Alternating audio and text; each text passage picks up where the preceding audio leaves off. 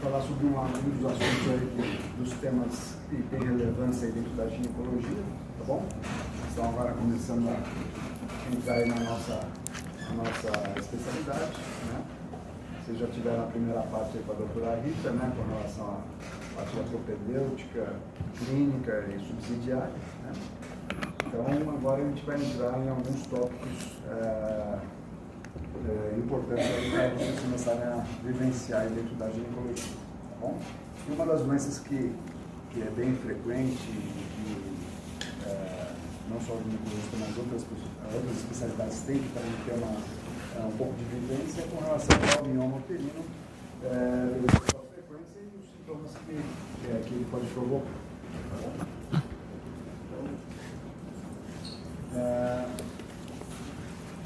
Aqui, como vocês lembram da anatomia, né? A parte do útero ele é constituído do colo do corpo do útero, tá bom? O colo do corpo do útero, o colo do útero é inserido no fundo vaginal, tá? E a grande parte da estrutura uterina é constituída por musculatura lisa e tecido conjuntivo vascular. Ele que é o arcabouço da estrutura desse órgão, tá? A parte externa, superficial do órgão é revestida pelo peritônio visceral, tá?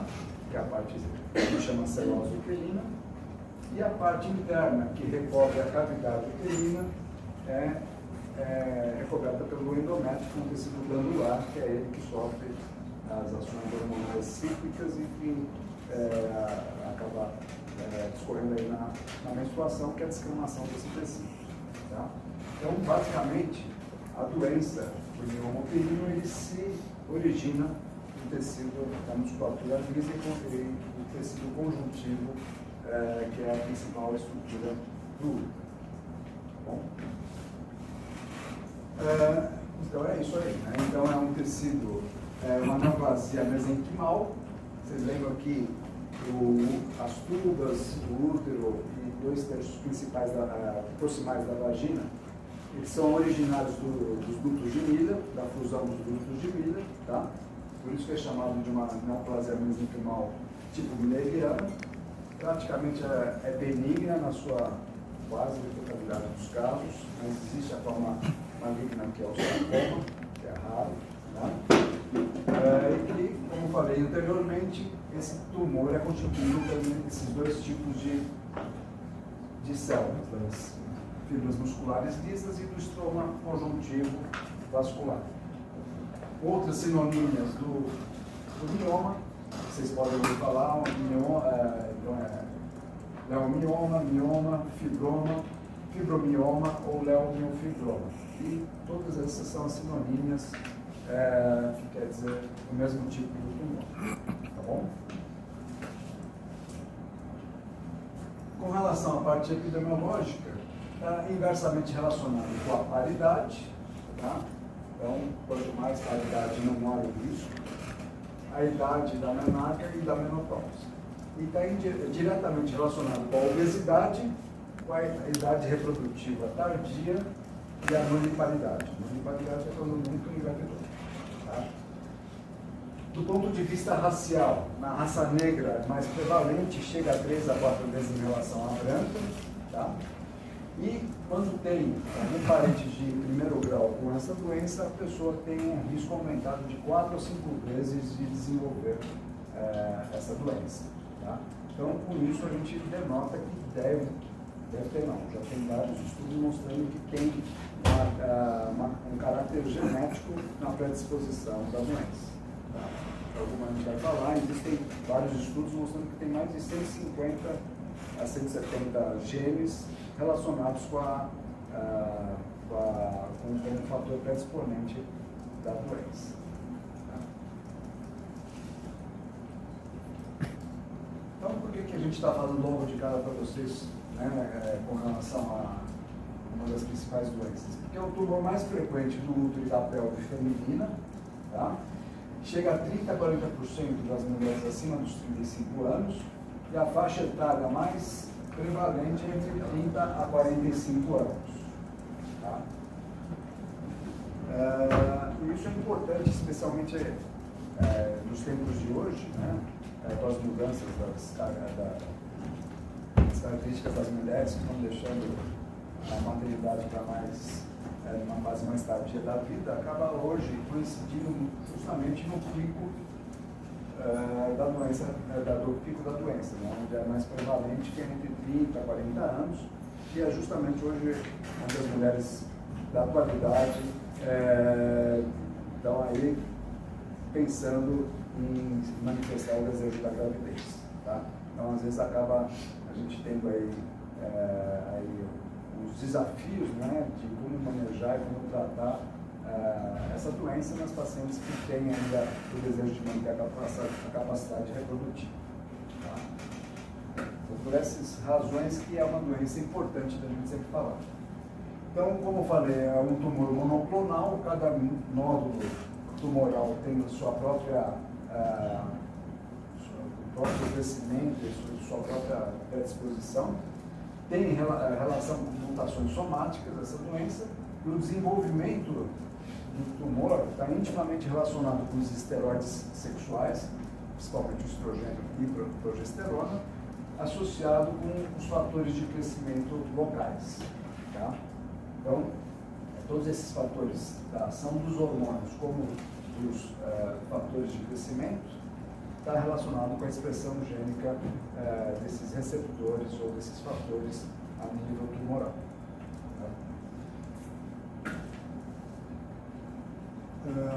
Das alterações citogenéticas, tá, que está relacionado com a etiopatogenia, está presente mais de 40% dos tecidos tumorais, especialmente a deleção do traço do cromossomo 7, tá?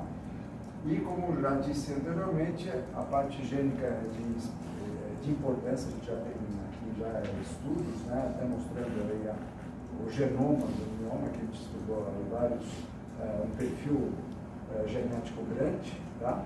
Então, nesses estudos mostram que tem, como falei, 150, 170 genes relacionados com a etiopatogenia da doença, especialmente os que estão relacionados com a expressão gênica dos receptores de estrogênio e progesterona e também de fatores de crescimento locais. Tá? Então, é uma doença extremamente ligada à parte da predisposição genética e também do ponto de vista de biologia molecular, que está relacionado com os fatores de crescimento.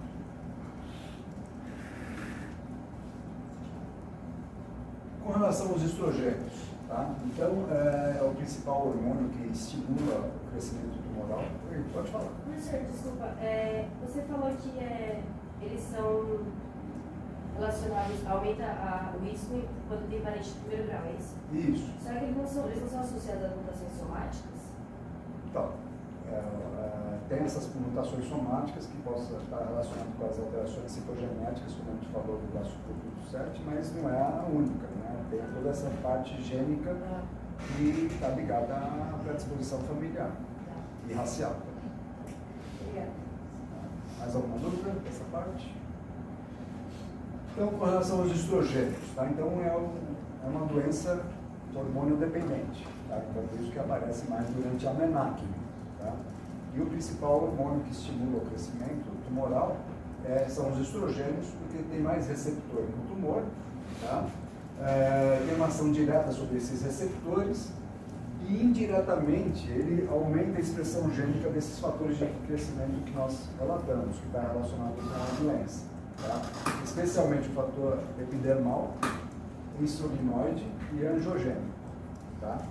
Então, indiretamente, o estrogênio aumenta a expressão gênica desses fatores de crescimento. Tá? Então, tem uma ação direta no receptor e uma ação indireta aumentando a expressão gênica. Do mesmo modo, a progesterona também ela tem essa relação com o crescimento tumoral, ou não. Tá? Então, vai depender das características de cada tumor. Tem tumores onde o receptor da progesterona está presente, tá? 30% dos tumores tem receptor para esse hormônio, então nesses casos acaba estimulando o crescimento.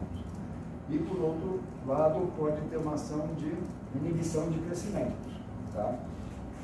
E, indiretamente, também está relacionado com fatores que têm um aumento de expressão gênica ou inibição, com fatores de crescimento e de apoptose. Por isso que vai depender das características de cada pessoa, como que a progesterona vai se comportar, ou de uma maneira má, né, que possa induzir mais o crescimento, ou, por outro lado, pode reduzir o crescimento ou não deixar crescer. Que era uma ideia antiga, né, que o pessoal tudo dava progesterona, que vai conseguir segurar o crescimento tumoral ou controlar o crescimento, mas depois a gente percebeu que em muitos casos, especialmente esses 30%, acabam crescendo porque tem uma ação estimuladora em vez de inibitória. Entendeu? Então, aqui é com relação ao papel dos progestágenos nas expressões gênicas dos fatores de crescimento, de apoptose, vai depender de cada característica, tá? Que pode ser benéfica ou maléfica com relação à proteção ou crescimento tumoral. Outro papel importante que a gente fez uma tese aqui na escola, que já tem várias dados, é com relação à vitamina D. Parece que também tem isso não só no mioma, mas para vários tumores, né, no nosso corpo. A vitamina D também pode estar relacionada com proliferação tumoral ou com a apoptose, tá, com a fibrose. Então, ele está intimamente ligada também à predisposição, então baixos níveis de vitamina D associado com uma paciente que tem predisposição genética pode favorecer o crescimento tumoral. Enquanto que nas pacientes que têm níveis adequados de vitamina D, ele pode indiretamente não estimular, porque ele tem uma ação sobre os receptores e fatores de crescimento. Então, não só no mioma, né, mas você já deve ter ouvido falar o papel da vitamina D na prevenção ou no controle de vários tipos de tumor. Tá? Então, está intimamente relacionado com a ação dos esteroides ou dos fatores de crescimento tumoral. Com relação à classificação, então, existem várias classificações. Hoje a gente segue mais a classificação da FIGO, que é a Federação Internacional de Ginecologia, tá? Mas ainda a gente fala das várias classificações com relação ao volume, que ele pode ser de pequeno volume quando é ainda intrapélvico, o útero não sai da pelve. Médio volume quando alcança a linha pubo-umbilical, a linha média pubo-umbilical, entre o umbigo e a umbigo. E grande quando ultrapassa essa linha, se projetando para a cicatriz umbilical. Tá? Outra classificação é com relação à posição dos miomas em relação à estrutura do órgão. Tá? 98% o comprometimento é mais corporal. Raramente é cervical ou na região do isquio, que é a região entre o colo do útero e o corpo do útero. Tá? E, dependendo da posição com relação à sua projeção, se ele se projeta para a parte mais externa do útero, ele é chamado de subseroso. Se ele projeta para dentro da cavidade, a gente chama de submucoso. E intramural, quando ocupa a parede uterina, sem projeção externa nem interna. Tá? Então, aqui a gente tem esse exemplo, né, de um útero miomatoso. A maioria dos casos, 70% é multinodular, tá? 30% às vezes é mioma único. E aí a gente vai classificar de acordo com a posição do mioma em relação à parede do útero. Então, aqui é um exemplo de intramural, esse é um exemplo de subseroso e aqui submucoso. Tá? E, por vezes, tem componente duplo, intramural para o subseroso, submucoso intramural, ou às vezes transmural para compromete toda a parede. Tá? Então, essa é a classificação que foi muito utilizada e hoje a gente se baseia mais na da FIGO, que, aqui, só outros exemplos, né, de os miomas eles podem ser peticulados ou não.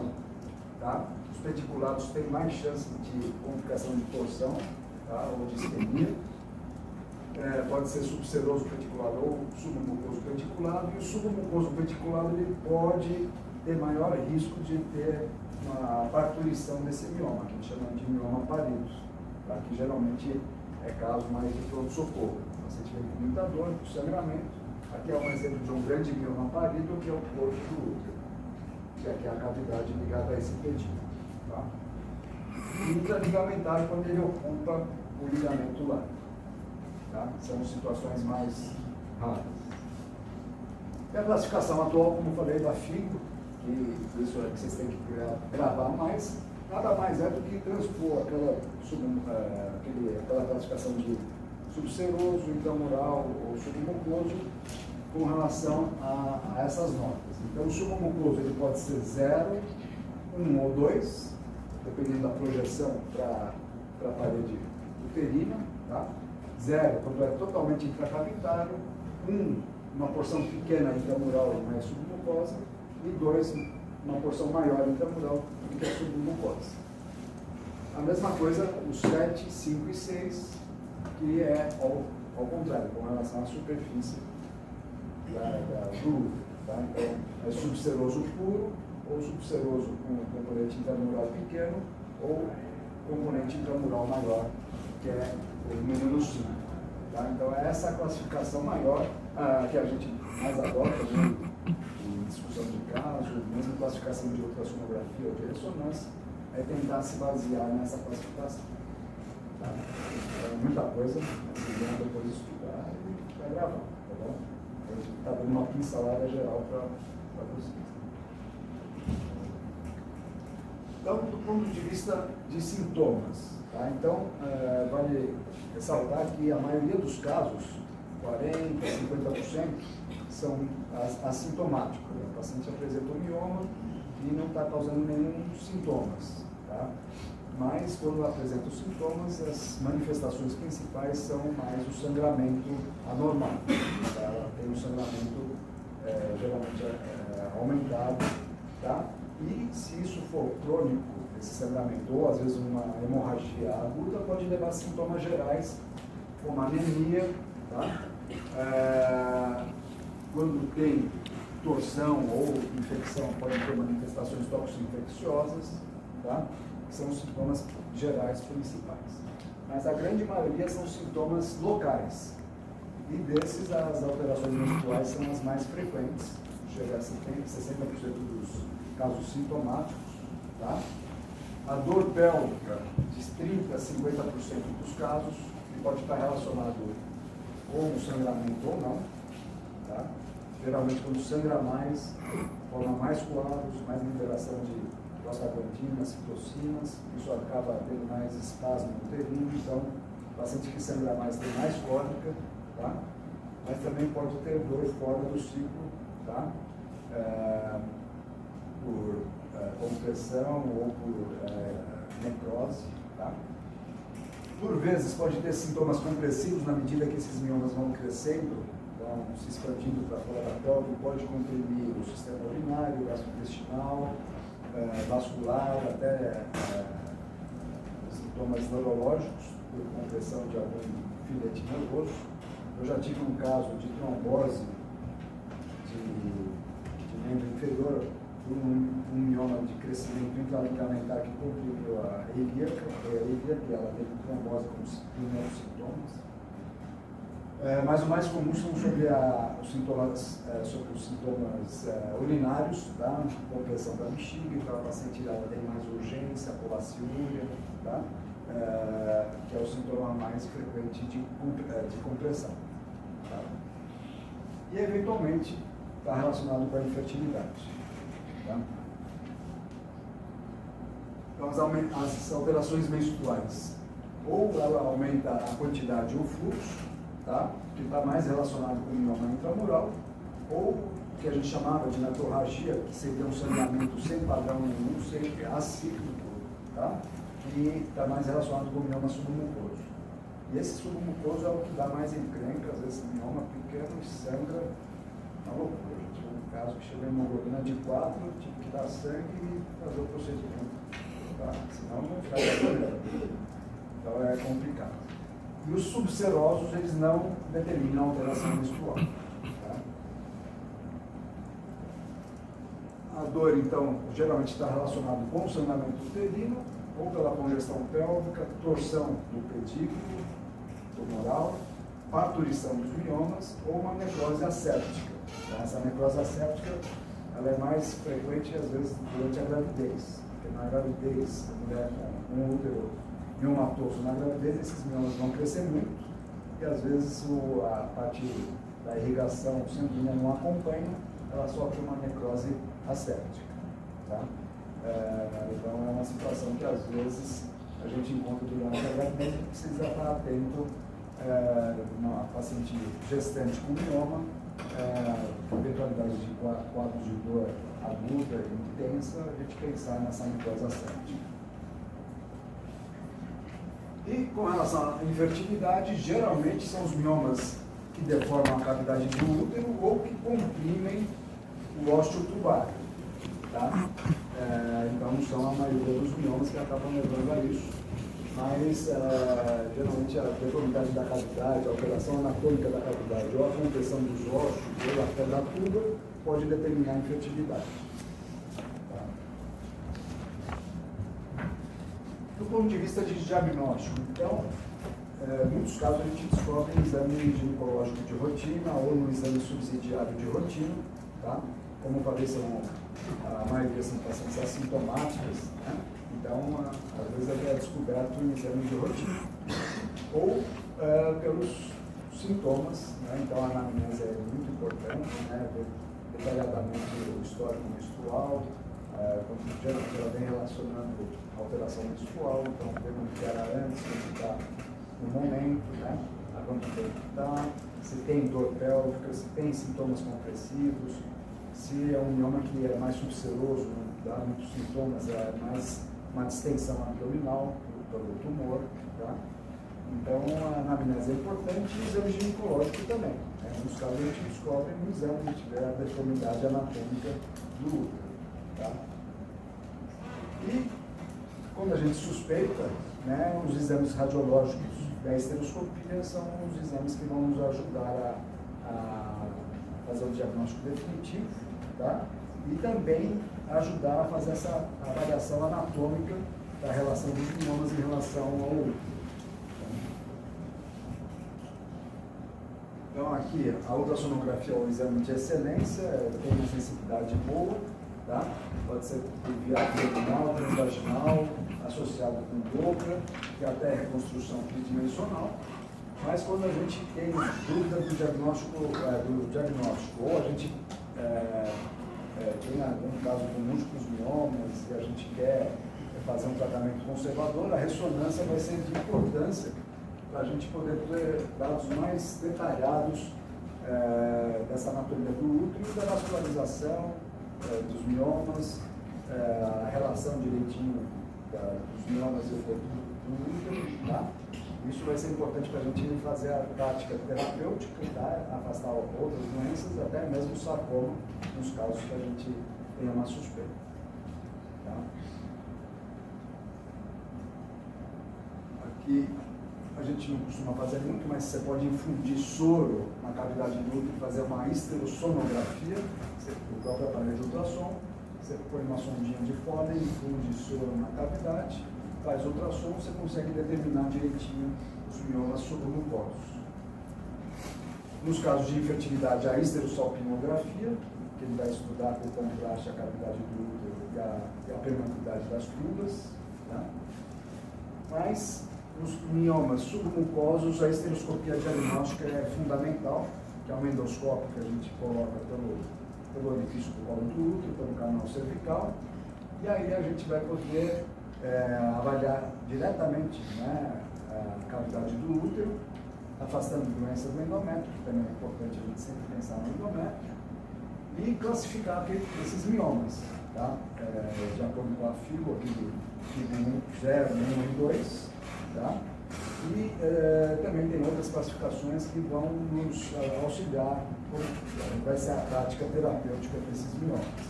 Tá? Então, aqui é um exemplo de uma visão esteroscópica, tá? De um mioma. Esse aqui seria o FIGO 0, que ele está totalmente na cavidade. Deu para entender? Diagnóstico diferenciado do mioma, gravidez, tumor ovariano sólido, adenomiose, adenomioma, neoplasia endometrial, que é importante sempre diferenciar, especialmente pacientes dos seus 45, 50 anos que começam a ter sangramento. A gente não pode esquecer que existem as doenças do endométrio, as hiperplasias e até a câncer de endométrio. Uma vez eu fui ajudar uma amiga, ela tinha avaliado direito o endométrio, a gente foi lá fazer cirurgia, era um mel, apesar que era mioma, era mel de endométrio. Então, precisa tomar esses cuidados, né? Endometriose também é importante, né? Às vezes dá essas alterações. Com relação a complicações na gestação, então, o paciente que tem a mioma e engravida, ela tem maior incidência de abortamento, especialmente nos miomas submucosos, né? Porque ele está aumentando a qualidade. Aumento de pneumonia ectópica, prematuridade, inserção baixa da placenta, rotura prematura das membranas, e às vezes é raro, mas na medida que vai crescendo o útero, os miomas também, o útero pode sofrer uma torção, tá? Que chama torção axial. Também uma vez fui chamado, a amiga estava fazendo uma cesárea, achou estranho na hora que abriu, o útero estava torcido, a gente distorceu e fez a cesárea. Então, são coisas raras, mas a gente às vezes pega de surpresa. Com relação à terapia, então vai depender muito de cada caso, né? Então vai depender se a paciente tem sintomas ou não, tá? Como eu falei, muitas não têm. Como que é o comportamento desse crescimento tumoral, especialmente nas pacientes assintomáticas, né? Que você vai ver se esse mioma está crescendo rápido ou não no decorrer do tempo. A idade da paciente, então pacientes jovens sempre tem que pensar em uma terapia mais conservadora, né?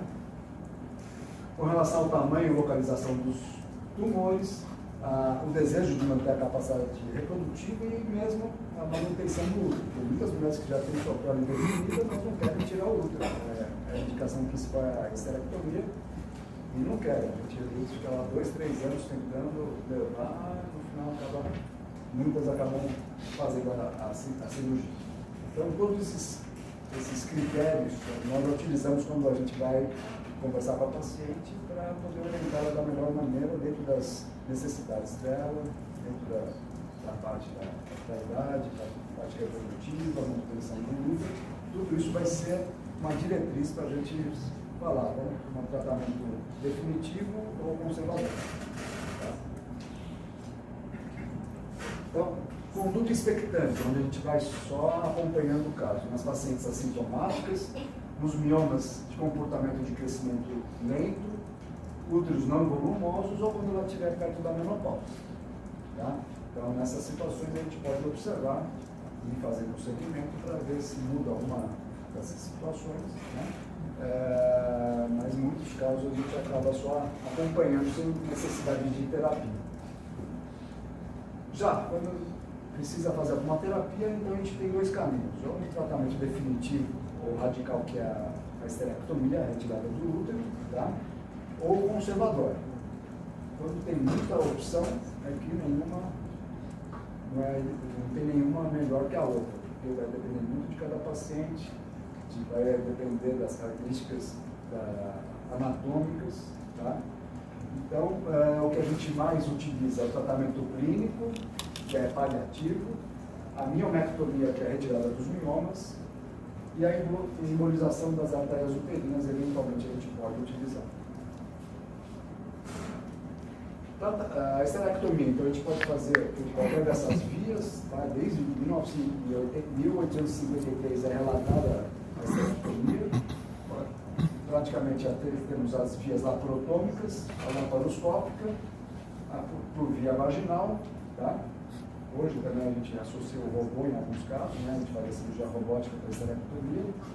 Tá? Então tudo vai depender de cada caso, cada situação, da experiência também do cirurgião, das condições hospitalares, para decidir qual que vai ser a melhor via, mas a tendência a gente tem feito mais por via laparoscópica ou robótica. Tá? Então aí tem a indicação é mais quando tem prole definida, quando o tratamento conservador falhou, suspeita de neoplasia maligna, e a gente acaba indicando a esterectomia. Nas terapias conservadoras, a parte clínica, como eu falei, é paliativa, mais para controlar os sintomas. que é sangramento e dor. Então, o que nós utilizamos mais são os anti-inflamatórios não hormonais, os antifibrinolíticos, eventualmente os progestágenos ou antiprogestágenos e os análogos agonistas do GNH no pré-operatório. Tá? Então, eles são paliativos, a gente tem que sempre pensar numa terapia mais definitiva. Tá? E a terapia mais efetiva seria a miomectomia, que também é descrita desde 1844, e hoje pode ser feita por todas essas vias, laparotômica, laparoscópica, esteroscópica, quando é mioma submucoso, tá? Vaginal, quando é mioma parívio. A robótica também a gente tem utilizado muito para a miomectomia devido à facilidade de estrutura. Tá? Então, aqui são os exemplos que nós temos. Úteros volumosos ou miomas múltiplos, a via laparotômica. Laparoscópica, que são a maioria assistida ao robô, e a miomectomia esteroscópica com essa alça, a gente faz por os miomas submucosos pela esteroscopia cirúrgica. Tá? E por fim, a embolização, que é um procedimento endovascular, ele é utilizado e indicado em alguns casos. Desde 2000 ele foi introduzido aqui no Brasil, a gente tem aqui o setor aqui também, a radiologia aqui, que a gente já faz alguns casos, já tivemos vários trabalhos de uma linha de pesquisa. Tá? Então, o objetivo da embolização é provocar uma isquemia tumoral. Tá? Então, a gente vai por via endovascular, uma punção na artéria femoral, cateteriza seletivamente a artéria uterina, e aqui a gente lança partículas que vai levar à obstrução arterial dos miomas. Tá? Com isso, os miomas sofrem uma isquemia, uma necrose, né? Do ponto de vista clínico, consegue resolver os sintomas por volta de 90% a 95% dos casos, e a regressão tumoral por volta de 40% a 50%. Então, é mais indicado nas tá? Que é desejo gestar, a gente pode. Ontem foi uma médica no consultório que já fiz 2 miomectomias múltiplas e o útero está recheado de mioma, jovem, 29 anos, né, médica. Por isso que eu falo para vocês, não deixa para mais muito tarde. E a gente vai fazer a embolização, que é o único jeito de tentar resolver esse problema dela. São casos que não são usuais, mas pode, porque se for fazer miomectomia aberta, vai sobrar músculo para poder reconstruir. Professor, eu fico um pouco na dúvida como direciona exatamente para a vasculatura do mioma.